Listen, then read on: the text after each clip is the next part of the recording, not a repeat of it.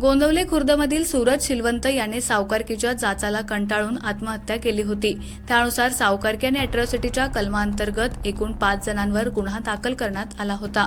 वडूज सत्र न्यायालयाने संबंधितांचा जामीन फेटाळल्यानंतर जिल्हा पोलीस प्रमुख आणि उपविभागीय पोलीस अधिकारी यांनी दहिवडी पोलिसांना पथक नेमून आरोपींना तात्काळ अटक करण्याच्या सूचना दिल्या होत्या।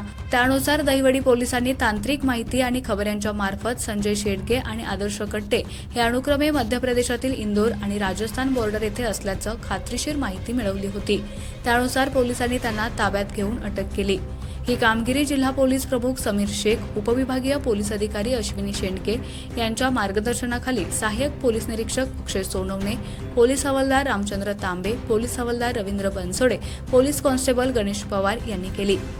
खबर गावाकडची सहसंपादक एकनाथ वाघमोडे, दहिवडी।